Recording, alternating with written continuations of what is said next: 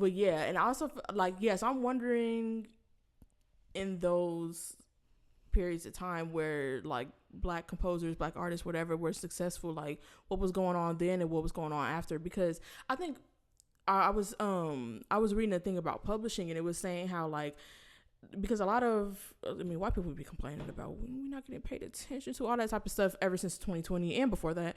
But there were some white people that was complaining about publishing. They're like, you can't get a book published unless unless you're like black or a person of color, which people did the math and did the data, and it was like, it's actually, you guys are actually still at this point like, way more likely to get published. Have you considered that your stuff is not good? Like way more likely. And they also analyzed like over time publishing trends, and there have been periods where we've had a similar situation that we had in 2020, where it was like an uptick in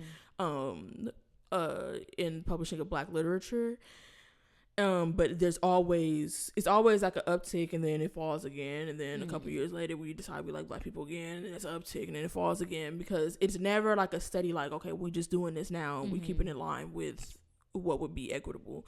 But I was reading about that, and it was saying that you can actually really track those upticks to times when Toni Morrison was an acquiring editor in publishing, and she was actively publishing books by black authors, and then times when she wasn't, it would fall again. Like, you can literally like track that with her employment history, and that's why. And so I'm wondering, like, I don't really see them putting like black people in power, but like I wonder in these situations, was that a factor? Like there has to have been somebody with some influence. Maybe they were black, maybe they weren't, but somebody who valued that, who was like, yeah, so let's put that in place. It just has to be that, because, and then maybe once that person passes away or they move on to another place, then stuff be falling off.